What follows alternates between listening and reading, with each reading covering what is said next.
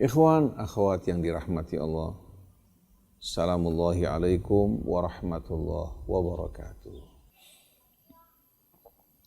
Kita semua sering mendengar kisah Yusuf yang dizalimi oleh saudaranya. Yusuf bersama saudaranya Bunyamin yang masih kanak-kanak mendapatkan perhatian sang ayah. Padahal dulu kakak-kakaknya pada saat seusia mereka juga mendapatkan perhatian yang sama. Tapi mereka iri dengan saudara mereka yang masih kecil, Yusuf dan Bunyamin. Akhirnya melihat kecintaan sang ayah pada Yusuf, mereka ingin memisahkan anak dari ayahnya. Pertama-tama mereka mengusulkan untuk membunuh Yusuf. Tapi salah seorang dari mereka mengatakan tidak. Masukkan dia ke dalam sumur hingga apabila kafilah berlalu, kafilah tersebut mengambil anak tersebut dibawa ke tempat yang jauh hingga sang ayah tidak lagi melihat Yusuf. Akhirnya seperti yang mereka rencanakan, kafilah liwat untuk mengambil air pada sumur tersebut. Sewaktu mereka mengulurkan ember mereka, Yusuf berpegang kepadanya. Waktu mereka angkat, ternyata mereka bukan menjumpai air, tapi menjumpai Yusuf, anak yang begitu menarik dan menawan. Akhirnya mereka membawa anak ini, tiba di Mesir, mereka jual anak ini dengan harga yang murah di pasar perbudakan. Kebetulan salah seorang pemuka dari negeri Mesir melihat anak ini begitu menawan, dibelinya dan dibawa ke rumahnya. Akhirnya dianggapnya sebagai apa? Sebagai anaknya, dirawat, diasuh hingga dewasa. Kebetulan Yusuf menjadi seorang pria yang tampan dan menawan. Istri dari pemuka Mesir tersebut tertarik menyaksikan Yusuf.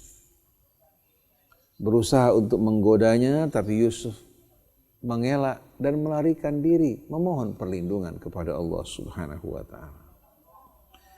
Dia bukan menyambut, malah berlari ke arah pintu, membuka pintu. Di sana dia menjumpai tuannya yang merawat dan mengambil dirinya. Tahu-tahu wanita ini yang telah memiliki rencana buruk, yang merasa tidak tercapai apa yang diinginkan, berkata kepada suaminya, bagaimana hukumannya bagi orang yang bermaksud buruk terhadap istrimu?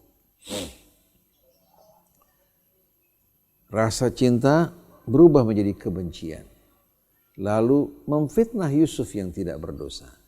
Tapi dengan pertolongan Allah, salah satu keluarga dari wanita ini melakukan pemeriksaan yang lebih baik dan lebih adil. Dia mengatakan kalau baju yang sobek di bagian depan, ini menunjukkan Yusuf berupaya untuk melakukan perbuatan yang tidak benar. Tapi kalau yang sobek bagian belakang, ini menunjukkan Yusuf berlari dari belakang ditarik oleh wanita ini. Ternyata terbukti yang sobek adalah baju bagian belakang Yusuf alaihi salatu wassalam. Sobekan ini bersaksi atas kebenaran dan kebersihan dirinya. Akhirnya suaminya menegur istrinya agar bertobat dan memerintahkan Yusuf untuk tidak mengingat hal ini. Seharusnya suaminya memisahkan di antara mereka keduanya. Tidak lagi apa? Karena si wanita mungkin bakal mengulangi lagi perbuatannya. Akhirnya waktu berlalu, wanita ini menjadi kisah dan buah bibir di antara teman-teman wanitanya. Akhirnya wanita ini mengundang teman-teman wanitanya untuk jamuan makan. Setelah makan masing-masing diberikan pisau dan buah. Secara tiba-tiba Yusuf diperintahkan untuk keluar di tengah-tengah mereka. Ketampanan Yusuf membuat mereka mengiris jari mereka masing-masing ketika mereka sedang memegang buah. Mereka mengatakan wa qulna hasya lillah ma hadza basyaran in hadza illa malakun karim. Mereka mengatakan ini bukan manusia, ini malaikat yang mulia yang turun dari langit. Akhirnya secara tidak langsung wanita ini mengatakan, kalian baru sekali melihat kalian mengiris jari kalian. Bagaimana saya yang setiap hari melihat Yusuf? Seolah-olah dia mengatakan iman saya lebih kuat dari iman kalian. Nah, wanita yang seperti ini ingin membenarkan dirinya melalui apa? Melalui sikap orang lain. Akhirnya tadinya hanya digoda oleh satu wanita, sekarang mereka beramai-ramai menggoda Yusuf. Yusuf mengatakan, Rabbis sijnu ahabbu ilayya mimma yad'unani ilaih. Wahai Tuhanku, aku lebih suka memilih penjara daripada mengikuti ajakan mereka. Bukan lagi hanya wanita satu orang, tapi ramai-ramai mereka menggoda. Akhirnya karena dia tidak mau, mereka bersama-sama bersaksi mengajukan kesaksian yang buruk mengenai Yusuf. Akhirnya menjerumuskan Yusuf ke dalam penjara tanpa dosa. Tapi dia tidak bersedih. Dia tidak berkecil hati. Dia dimasukkan dalam penjara bukan karena dosa, tapi karena kesalahan orang lain, dan dia tidak melakukan. Hati dia damai. Tapi kalau orang melakukan kesalahan walaupun manusia tidak melakukan, dia melakukan perbuatan khianat, hatinya akan terus bergelisah. Walaupun orang memuji dirinya, tapi perasaan berdosa dan malu terus menghantui dirinya. Sedangkan Yusuf dalam penjara tetap menjadi orang yang merdeka. Tapi banyak orang di luar sebagai orang yang merdeka, tapi jiwa mereka dalam keadaan terpenjara. Bertahun-tahun Yusuf tinggal dalam penjara. Dia berdakwah di tengah-tengah mereka, mengajak orang untuk kembali kepada Allah. Sampai satu hari raja bermimpi. Mimpi yang buruk yang menakutkan dirinya, bertanya kepada para ahli, kepada para menterinya, tak ada satupun yang menjawab.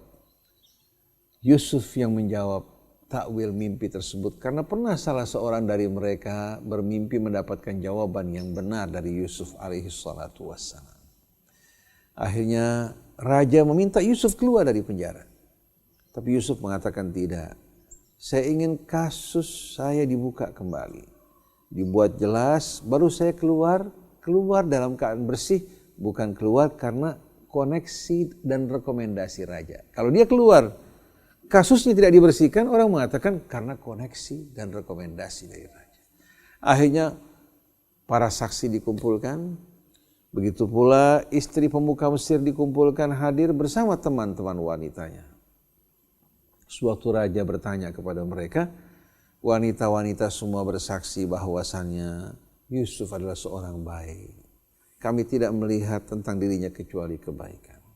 Nah, pada saat itu istri pemuka Mesir, karena sudah terbuka, dia mengatakan, Al-ana hasal haq, ana rawatuhu an nafsi. Sekarang terbuka kebenaran, saya yang memaksa dirinya untuk mengikuti kemauanku.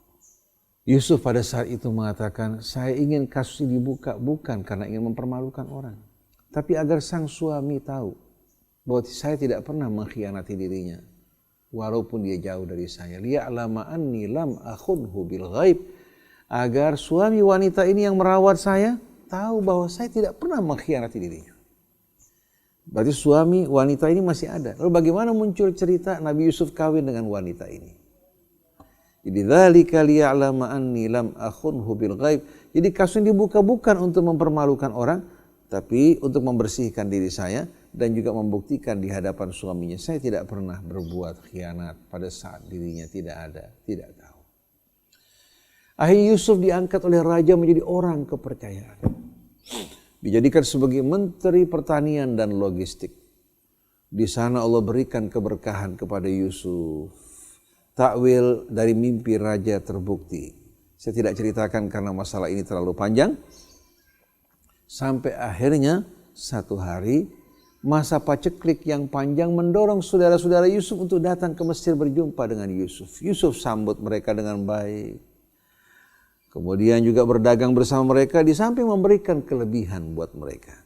Dan barang-barang yang mereka bawa dikembalikan oleh Yusuf. Tapi Yusuf minta agar mereka membawa saudara mereka yang kecil. Akhirnya mereka kembali kepada sang ayah menceritakan apa yang mereka jumpai, barang-barang mereka dikembalikan. Tapi di sana mereka meminta agar membawa saudara mereka yang terkecil. Sang ayah karena pernah mengalami pengalaman bersama mereka dengan Yusuf, dia berat untuk berpisah meninggalkan anaknya. Mereka terus mendesak, mereka mengatakan kami tidak akan mendapatkan lagi barang yang bisa kami beli kecuali membawa saudara kami. Akhirnya Yakub meminta dari mereka bersumpah untuk menjaga saudara mereka, kecuali kalau seandainya mereka berada dalam kondisi di luar kemampuan mereka. Berangkat mereka bersama saudara kecil mereka, kembali mereka berjumpa dengan Yusuf. Setelah itu Yusuf alaihi salatu wassalam menyambut mereka, memberikan apa yang mereka inginkan. Pada saat mereka akan kembali, tahu-tahu pembantu Yusuf mengatakan bahwa raja kehilangan tempat minumnya. Siapa yang mendapatkannya akan mendapatkan imbalan yang baik. Mereka mengatakan, kami bukan orang-orang yang datang untuk melakukan kerusakan di muka bumi. Akhirnya sang penjaga mengatakan, bagaimana seandainya barang tersebut dijumpai pada salah seorang dari kalian? Mereka mengatakan, apabila barang tersebut dijumpai pada salah seorang, maka dia yang harus menanggung akibat. Akhirnya mereka cari dari mereka satu persatu, tidak dijumpai sampai pada saudara Yusuf mereka yang kecil. Ternyata barang tersebut terdapat padanya. Akhirnya saudara mereka yang kecil dibawa. Pada saat itu mereka benar-benar mengalami kebingungan. Janji mereka pada orang tua mereka untuk menjaga anak ini.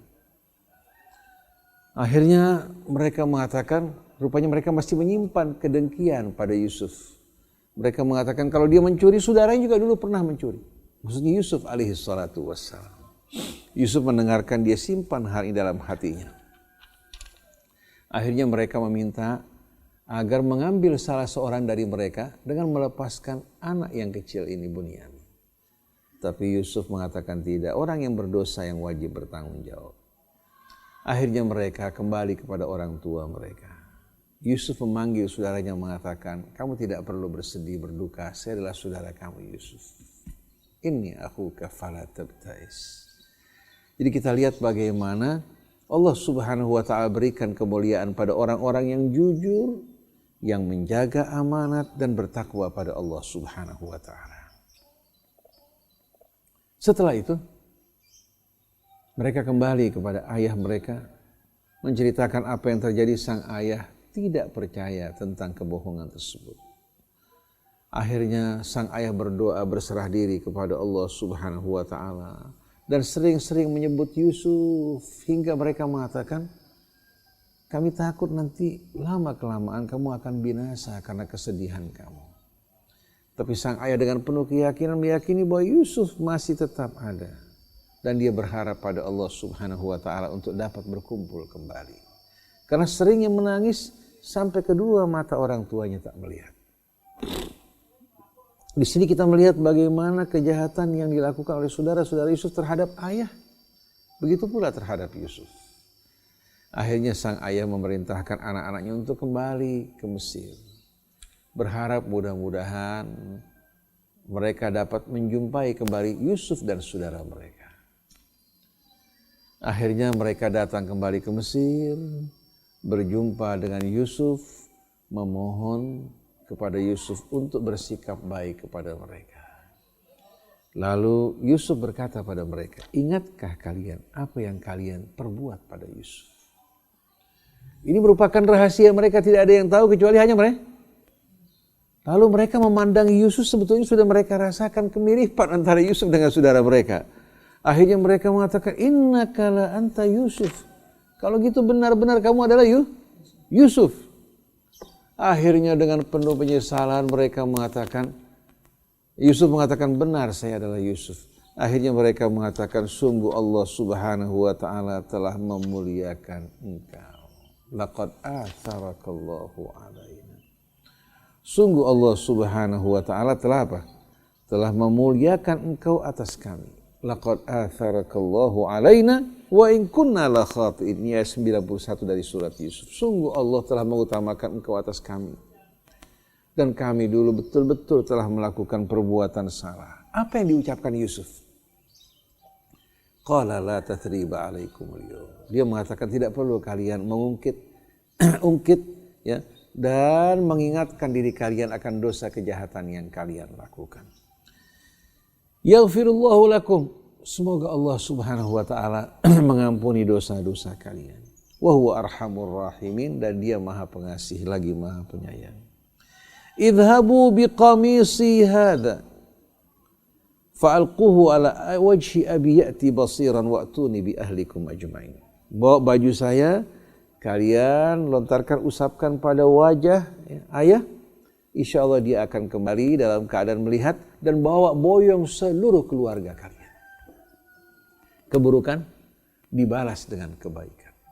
Yusuf bukan melihat keburukan mereka, tapi melihat nikmat karunia yang Allah berikan padanya. Mungkin kalau bukan karena perbuatan mereka, dia tidak akan sampai pada kemuliaan tersebut. Kalau dia mengingat keburukan kejahatan yang mereka perbuat, mengingat juga dirinya mendekam dalam penjara, dirinya mengalami cobaan yang begitu berat, pasti akan timbul kebencian. Tapi dia melihat dari sisi positifnya, dia melihat kemuliaan, kenikmatan, karunia yang Allah berikan, dan dia berada di atas sedangkan saudara-saudara yang di bawah mohon pertolongan padanya. Dia syukuri nikmat Allah. Dia mengatakan la tathriba alaikumul yaum. Tidak perlu kalian menyalahkan diri kalian. Yaghfirullahu lakum. Semoga Allah mengampuni dosa kalian. Wa huwa arhamur rahimin. Dan dia maha pengasih lagi maha penyayang. Setelah itu bawa pakaian saya usap ke wajah ayah. Kemudian bawa keluarga kalian semuanya berkumpul di tengah-tengah nikmat karunia yang Allah Subhanahu wa taala berikan kepadanya. Nah, di sini kita lihat orang yang suka memberikan maaf, memberikan ampun bukan orang yang rendah, bukan orang yang lemah, tapi orang yang mulia. Orang yang selalu memandang kehidupan dengan pandangan yang positif. Kejadian yang terjadi pada Yusuf, kalau tanpa izin Allah tidak mungkin terjadi. Allah kuasa untuk menghentikan perbuatan mereka. Tapi di sini Allah Subhanahu wa taala ingin apa?